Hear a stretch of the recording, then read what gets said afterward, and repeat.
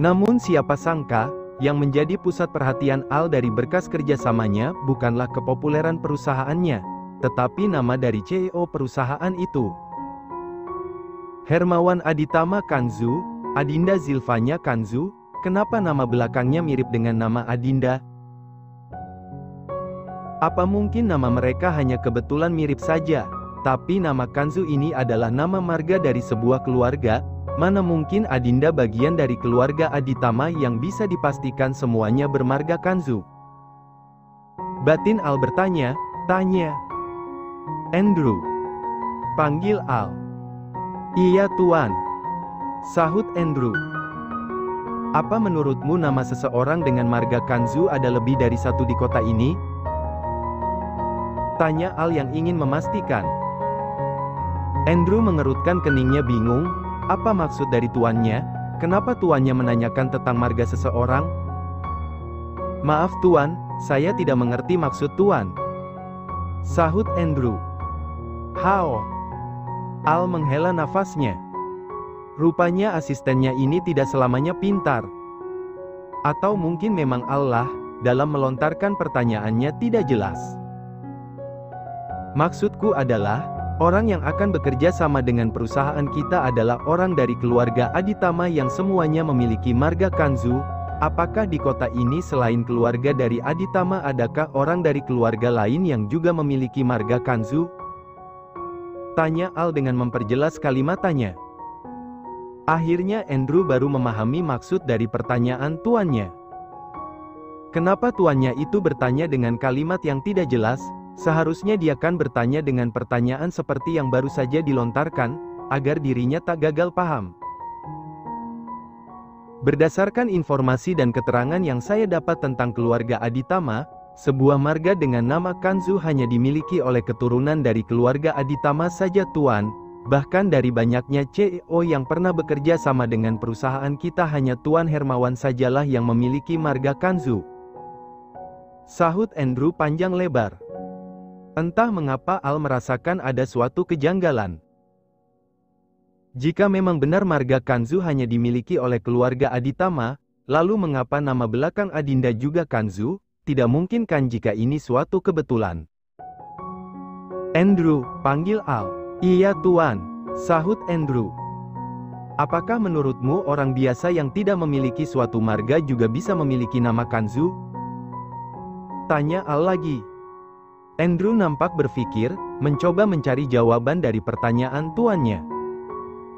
Selama saya hidup dan bekerja pada tuan, saya tidak pernah mendengar nama seseorang dengan nama ataupun marga Kanzu selain dari keluarga Aditama saja. Tapi, mungkin saja di luar sana kecuali di kota ini ada orang dengan nama Kanzu tuan. Sahut Andrew. Dan Al pun mengangguk, mungkin saja di luar sana ada orang dengan nama belakangnya bernama Kanzu, dan mungkin salah satunya itu nama belakang Adinda. Baiklah, aku akan bekerja sama dengan perusahaan Aditama Group ini. Kira kapan aku bisa melakukan pertemuan dengan Tuan Aditama? Ujar Al sepakat. Jika Tuan sudah menerima kontrak kerja sama ini, Tuan Herdi di minggu depan ini akan menemui Tuan secara langsung. Sahut Andrew. Tuan Herdi? Tanya Al bingung. Andrew teringat jika tuannya masih belum mengetahui tentang orang dengan nama panggilan Herdi itu.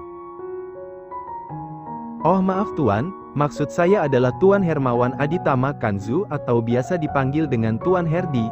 Beliau sendirilah minggu depan yang akan datang kemari menemui Tuan Al. Sahut Andrew lagi untuk memperjelas. Dan Al pun baru memahaminya. Senyum bahagia sepertinya begitu terpancar di wajah gadis yang sudah menjalankan misinya. Menuju rumah kecilnya menjadi tujuannya saat ini. Pundi rupiah pun telah berhasil dirinya dapatkan. Tak lupa rasa syukurnya pada Yang Maha Kuasa, selalu ia panjatkan. Berapapun rejeki yang ia dapat, selalu menerimanya dengan penuh rasa syukur. Ya, seperti pagi ini, Adinda terlihat sangat bahagia. Bagaimana tidak semua kue hasil buatan telah laku terjual dan tak menyisakan satu pun.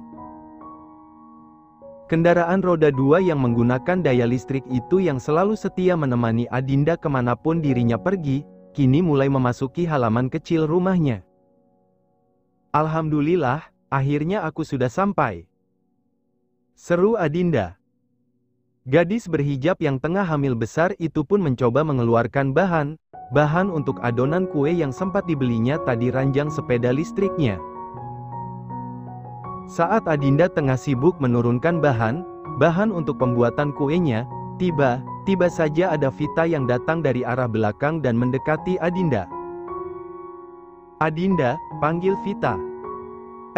Iya," sahut Adinda dan mencoba menoleh ke arah sumber suara.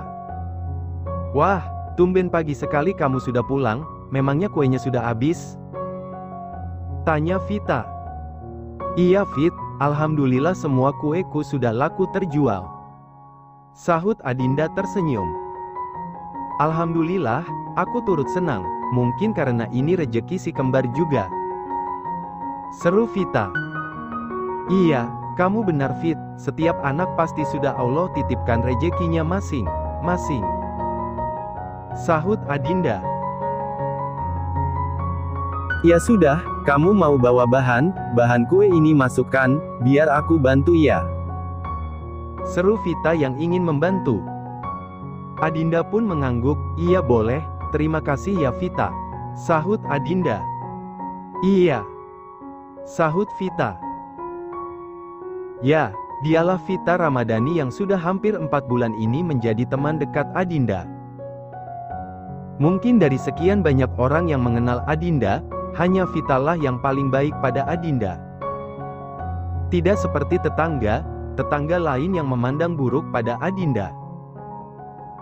Bagi Vita, tidak ada manusia yang benar suci di dunia ini. Setiap orang pasti pernah melakukan kesalahan, hanya saja bentuk saja yang berbeda.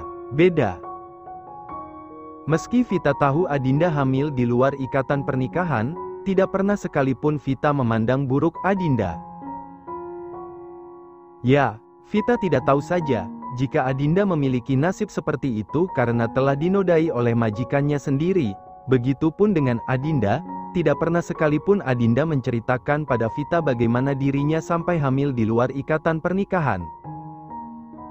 Kini dua gadis dengan usia yang sama namun memiliki kondisi tubuh yang berbeda itu telah berada di depan pintu rumah Adinda.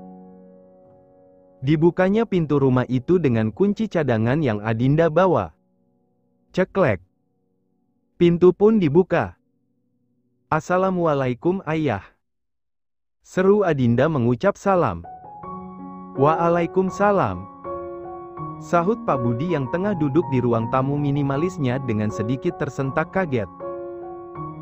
"Loh, Nak, kamu sudah pulang?" tanya Pak Budi yang sedikit heran, karena jika di waktu biasa Adinda pulang sekitar pukul 9 pagi.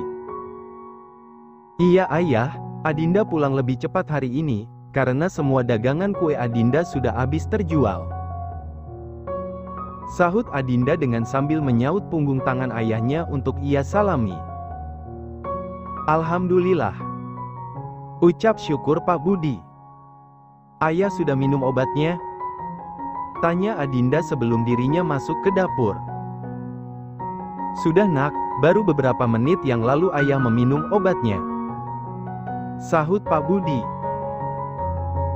"Ya sudah, kalau begitu Adinda mau ke dapur dulu, mau buat adonan kuenya yang mau dijual besok," sahut Adinda, dan diangguki oleh Pak Budi. "Mari ayah," seru Vita, dan ia pun mengikuti langkah Adinda menuju dapur. Kini dua gadis yang sama hampir berusia 19 tahun itu, meletakkan bahan kuenya di sebuah meja yang tidak terlalu besar itu. "Terima kasih ya Vita, kamu sudah mau membantu," ucap Adinda berterima kasih. "Iya sama, aku senang kok bisa membantu kamu," sahut dengan tersenyum. "Duduk dulu ya, sebentar aku buatkan minum dulu untukmu," ucap Adinda. Vita pun duduk di salah satu kursi yang ada di dekat meja itu. Ini minumannya, seru Adinda dengan meletakkan minuman buatannya itu di atas meja. Terima kasih ya Adinda, sahut Vita. Sama, sahut Adinda. Adinda, usia kandungan kamu sudah berapa bulan? Memangnya apa tidak apa? Apa kalau kamu harus bekerja terus seperti ini? Kalau aku lihat dari kondisi perutmu, sepertinya sudah hampir mendekati hari kelahiran. Ujar Vita setelah dirinya selesai meminum minumannya. Hao. Adinda menghela nafasnya cukup panjang. Memang benar apa yang dikatakan oleh temannya. Kini usianya sudah hampir mendekati hari melahirkan, tetapi dirinya masih harus bekerja. Ya, mau bagaimana lagi Vita? Aku harus tetap bekerja agar aku punya tabungan yang cukup untuk biaya persalinan nanti. Sahut Adinda lirih. Vita, yang menyaksikan nasib temannya itu, merasa sangat tak tega. Seharusnya dalam kondisinya yang seperti ini sudah bukan waktunya lagi untuk ia bekerja. Dan hal yang tak terduga itu pun muncul dari belahan bibir Vita, yaitu suatu kalimat yang sebenarnya ia sendiri tidak mau mengeluarkannya. Namun karena rasa tak teganya pada temannya itu, membuat Vita refleks mengatakannya. Memangnya ayah dari anak yang kamu kandung tidak pernah memberimu nafkah? Ya, meskipun dia tidak memberikannya untuk kamu, tetapi setidaknya dia memberikan nafkah pada anak-anaknya. Ucap Vita telak, namun di dalam lubuk hatinya Vita sendiri merasa bersalah karena sudah mengatakannya. Mendengar pernyataan dari temannya membuat Adinda terdiam. Adinda sama sekali tidak merasa tersinggung dengan perkataan temannya. Wajar saja jika Vita mengatakan hal seperti itu, pasti temannya itu merasa tak tega melihat kondisinya yang seperti ini. Bukan karena ayah dari anaknya yang tak mau menafkahi, tetapi Adinda sendirilah yang menolaknya. Ya, sampai saat ini, Adinda masih belum menggunakan black card pemberian dari Tuan Alnya itu. Padahal jika dirinya mau menggunakan kartu tanpa batas itu, sudah bisa dipastikan jika semua kebutuhannya akan terpenuhi. Sebenarnya ayah dari anak yang aku kandung sudah memberikan uang yang jauh lebih cukup dari apa yang aku butuhkan, hanya saja aku merasa enggan untuk menggunakannya. Sahut Adinda lirih pada akhirnya. Vita yang mendengarnya pun langsung tertegun tak percaya. Ternyata ayah dari anak temannya memberikan nafkah. Sungguh Vita telah berburuk sangka pada orang yang ia anggap sudah tidak bertanggung jawab pada teman dekatnya. Tetapi nyatanya ia menafkahi. Lalu mengapa temannya ini malah menolak dan memilih untuk bekerja sendiri? Bukankah menggunakan uang yang sudah disediakan itu lebih nyaman daripada harus lelah bekerja? Lalu kenapa kamu menolaknya Adinda? Bukankah kalau kamu istirahat dan menggunakan pemberian dari ayah anak yang kamu kandung itu lebih baik? Jadi dengan seperti itu kamu tidak perlu lelah untuk bekerja. Sahut Vita yang merasa heran dengan temannya itu. Adinda hanya terdiam, ya ini memanglah salahnya. Tuan Alnya sudah memberi dia uang yang tidak akan pernah habis jika digunakan, tetapi ia malah tidak menggunakannya. Adinda, seru Vita lembut dengan menggenggam kedua tangan temannya. Kamu saat ini sedang mengandung, dan sebentar lagi kamu akan melahirkan. Bukan saatnya lagi untuk kamu bekerja Adinda, jadi mulai sekarang berhentilah kamu bekerja. Gunakanlah uang pemberian dari ayah si kembar untuk memenuhi kebutuhan hidupmu dan juga si kembar. Kasihan mereka berdua yang ada di perutmu jika harus terusan ikut bekerja. Ucap Vita menasehati dengan tetap menggenggam kedua tangan Adinda. Hao! Adinda menghela nafasnya cukup dalam. Apa mungkin jika sekarang saatnya lah dirinya menggunakan pemberian dari Tuan Alnya itu? Baiklah, aku akan mengikuti saranmu, sahut Adinda pada akhirnya. Vita turut senang mendengarnya. Ya sudah, besok kita periksa ke dokter ya. Aku ingin tahu kapan perkiraan kamu akan melahirkan. Ujar Vita. Sepertinya anakku akan lahir sekitar 1 bulan lagi Vita. Sahut Adinda. Vita mengerutkan keningnya, sepertinya temannya ini sok tahu. Dari mana kamu tahu? Tanya Vita tak percaya. Dari mimpi. Sahut Adinda polos. Hahaha. Vita tertawa terbahak, mendengar ucapan tidak masuk akal dari temannya yang menurutnya sangat tidak masuk akal itu. Aduh Adinda, kamu ini ada saja, mana ada waktu untuk melahirkan bisa diketahui lewat mimpi. Sahut Vita dengan menahan perutnya. Iya memang tidak bisa dipastikan sih, tapi aku yakin kok, aku akan melahirkan 1 bulan lagi, soalnya aku bermimpi bertemu dengan almarhum kakek, dan kata kakek aku akan melahirkan 1 bulan lagi, karena kata kakek akan ada orang yang sangat menyayangi dan mencintai aku yang akan datang menemaniku, mungkin aku akan melahirkan di usia 10 bulan kehamilan. Sahut Adinda menjelaskan tentang mimpinya. Vita yang awalnya tertawa dengan terbahak-bahak itu pun langsung terdiam, entah apa yang menjadi penyebabnya. Hari yang dinantikan oleh semua keluarga Giorgino itu pun telah tiba. Mereka semua begitu tidak sabar menantikan kehadiran sosok mungil yang akan menjadi penerus dari keluarga Giorgino itu. Ya, hari ini adalah hari di mana Cynthia akan melakukan proses persalinannya demi menyambut sang buah hati. Menurut prediksi dokter ahli kandungan yang memang selalu menangani Cynthia ketika melakukan pemeriksaan, diperkirakan Cynthia akan melahirkan 4 hari lagi. Sehingga dari itu, Al sudah memutuskan agar dilakukan operasi sesar 2 hari sebelum hari prediksi itu tiba. Dan dokter pun tidak mempermasalahkan hal itu. Semua keluarga Giorgino kini dilanda kecemasan.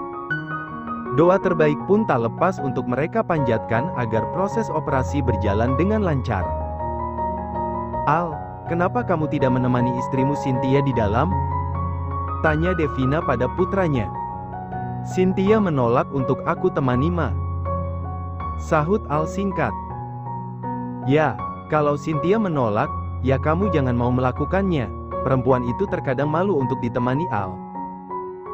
Sahut Devina. Sudah Ma, Al sedari tadi sudah mengatakan kalau Al akan menemani Cynthia di dalam, tetapi dia malah menolak. Sahut Al yang sedikit jengah pada mamanya. Sudahlah Ma, tidak perlu di saat seperti ini kita sibuk mempermasalahkannya, Cynthia hanya berusaha untuk melakukan sesuatu yang membuat dirinya nyaman. Kalau memang dengan tidak ditemani oleh suaminya saat proses bersalin berlangsung, ya sudah. Sahut Enrico pada akhirnya. Sedangkan Bu Nadia saat ini jangan ditanya lagi, lantunan doa tak lepas terhenti untuk selalu ia panjatkan pada yang di atas, dengan harapan agar sang putri dan juga cucunya bisa selamat. Lampu merah yang terletak di atas pintu ruang operasi itu pun telah menyala, yang menandakan kegiatan operasi sedang dilangsungkan. Dengan perasaan harap cemas mereka semua menanti. Tak lepas dua wanita parubaya itu pun saling merangkul untuk memberikan kekuatan.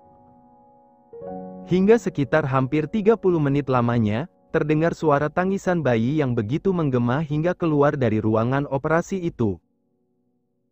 Semua anggota keluarga yang mendengarnya begitu tersentak dan juga terharu dalam waktu yang bersamaan.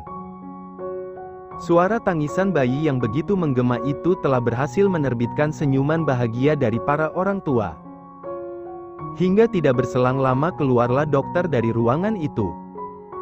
Dokter, bagaimana keadaan cucu dan menantu saya? Tanya Devina yang merasa khawatir. Alhamdulillah, semuanya berjalan dengan lancar, ibu dan bayinya pun selamat.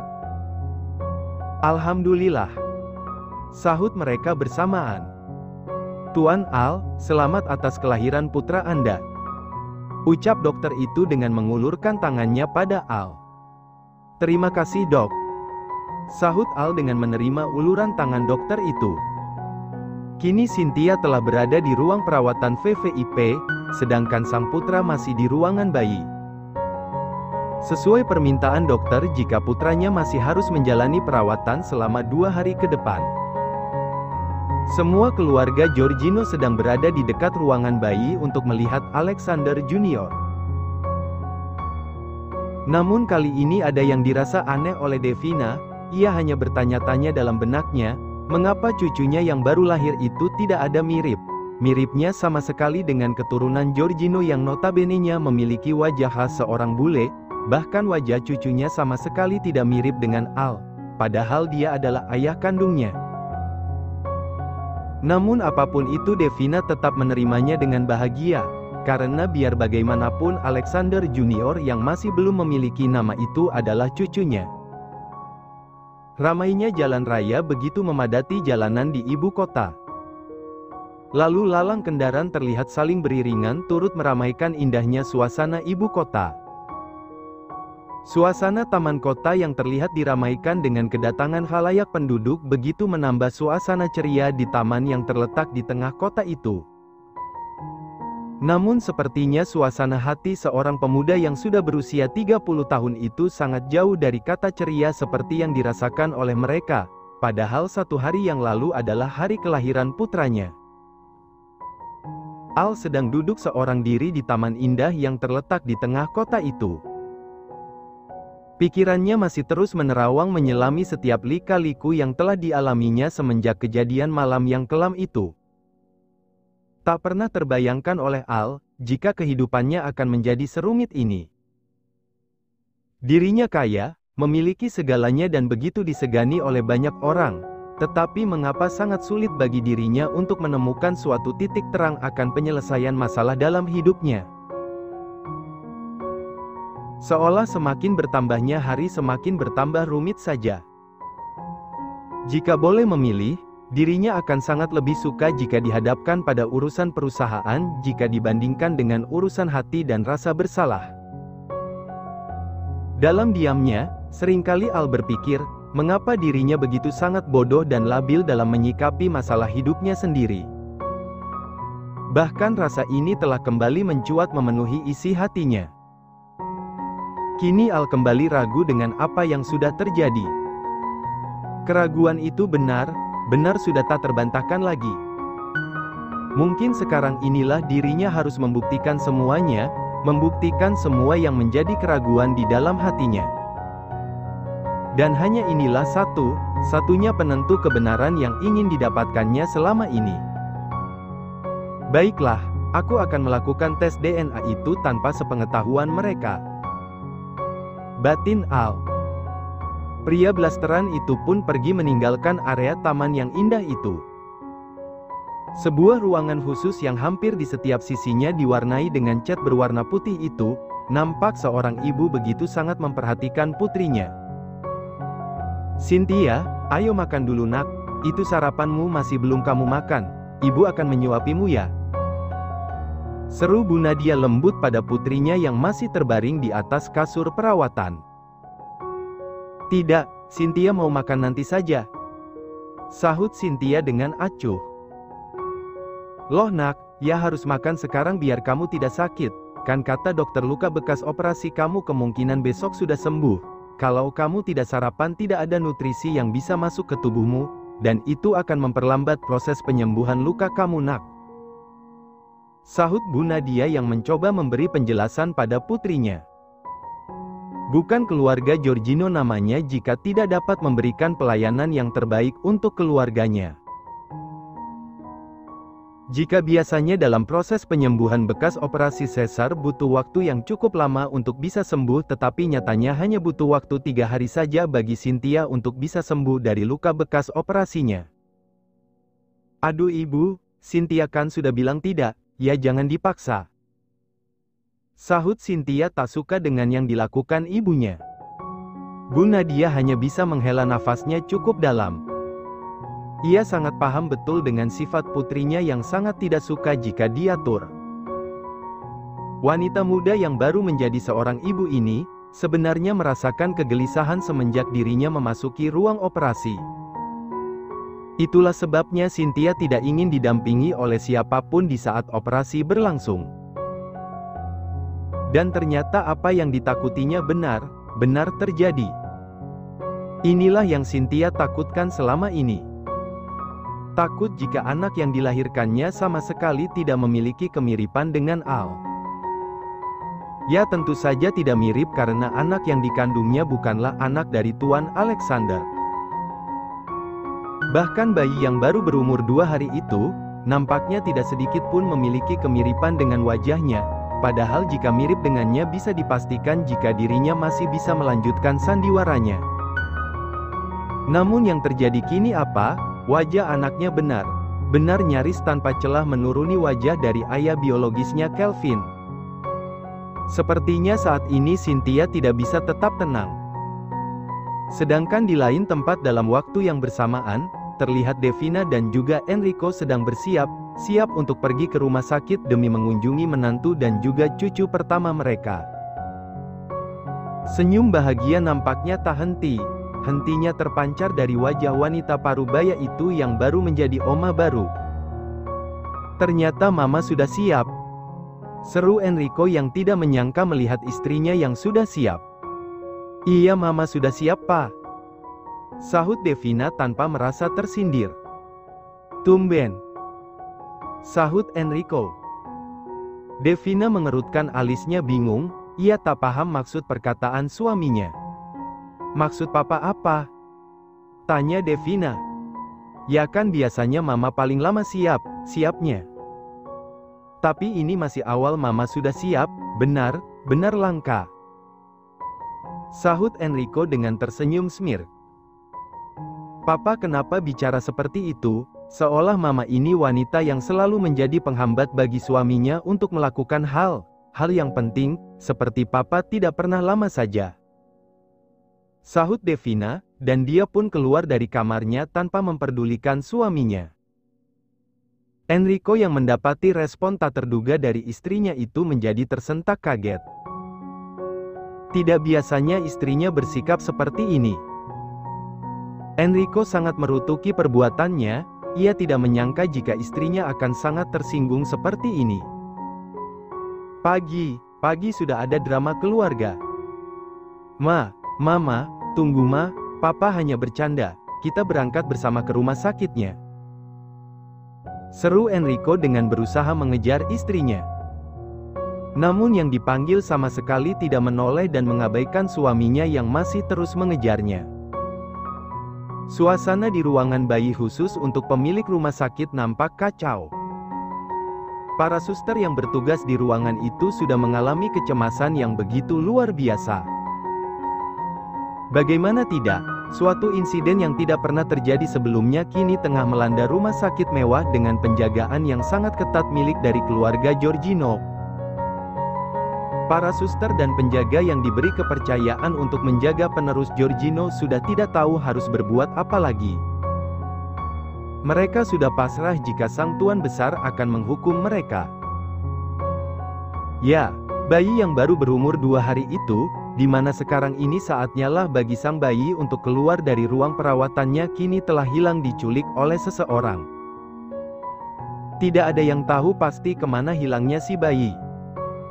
Yang pasti semua penjaga di rumah sakit sudah mengerahkan seluruh kekuatannya untuk mencari dan menemukan bayi itu. Namun tetap saja hasilnya nihil. Bahkan bukti dari semua rekaman CCTV pun tak membuahkan hasil. Pasalnya semua CCTV di rumah sakit mewah itu sudah dirusak total. Sepasang bola mata biru keabu-abuan itu kini tampak menelisik melihat ke hampir setiap sudut rumah sakit mewah miliknya. Al merasa heran melihat beberapa suster dan juga security yang begitu sibuk mondar-mandir hampir menelusuri di setiap sudut rumah sakitnya. Baru saja dirinya sampai di rumah sakit mewah miliknya, sudah disuguhkan dengan adanya kepala rumah sakit yang berdiri dengan tertunduk di hadapannya. Ada apa ini Dokter Bayu? Tanya Al langsung pada intinya pada kepala rumah sakit miliknya. Dokter Bayu pun masih tertunduk dengan rasa takutnya. Begitupun dengan para dokter dan suster yang juga ikut berdiri di belakang Dokter Bayu, semuanya begitu ketakutan. Dokter Bayu, kenapa kamu diam? Apa kamu tidak punya mulut?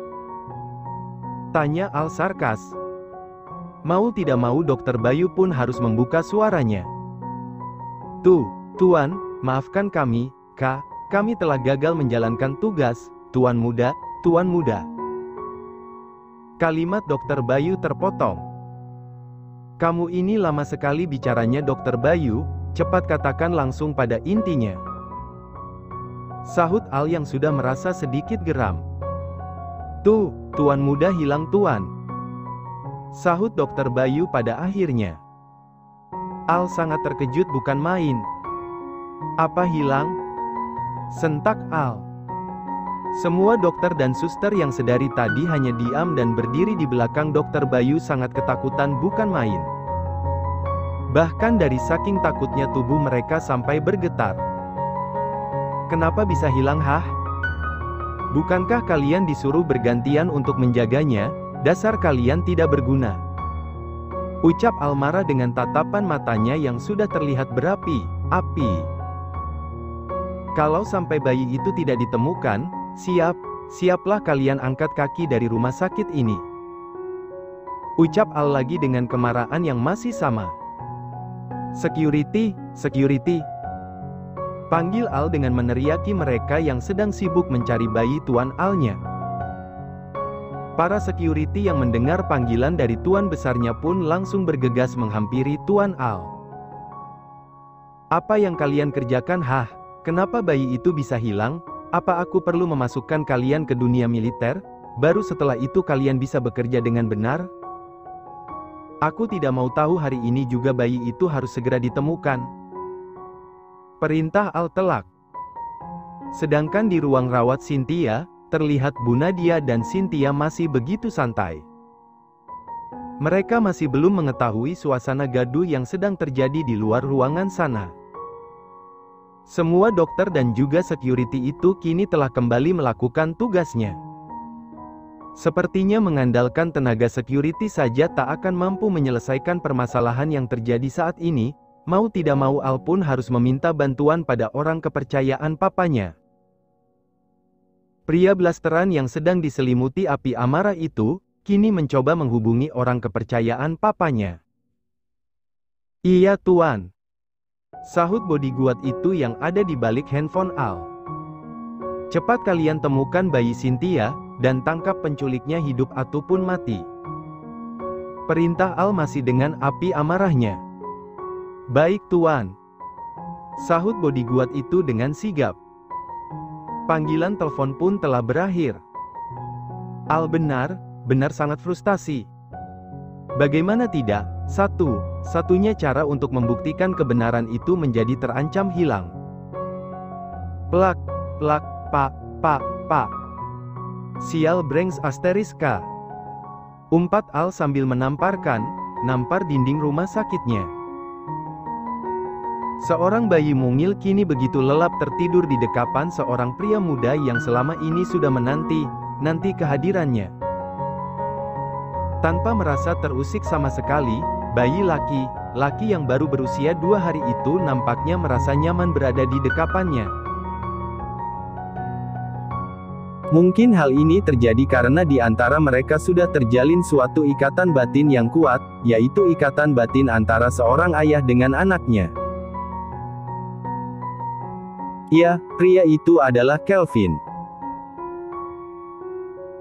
Pria muda yang sudah berusia 27 tahun itulah yang sudah membawa pergi bayi Cynthia yang baru berusia 2 hari, atau lebih tepatnya Kelvin membawa anak kandungnya, dan membawa sejauh-jauhnya darah dagingnya itu untuk ikut bersamanya.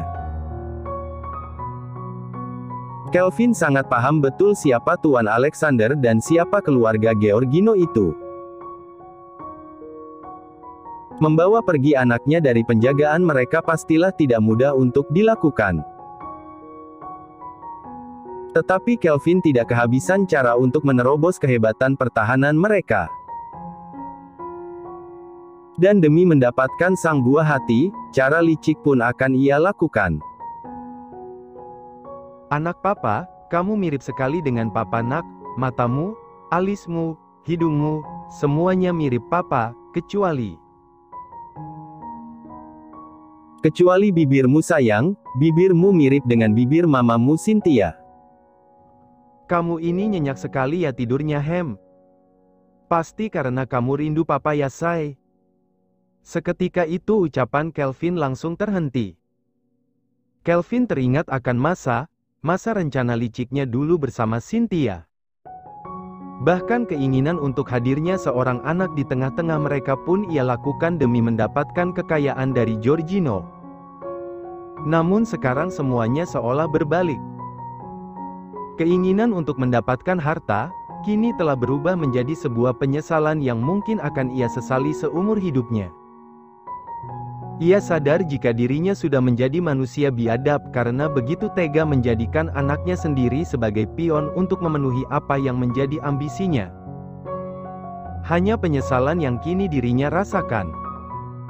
Kelvin menundukkan kepalanya. Dipandangnya wajah sang putra lekat.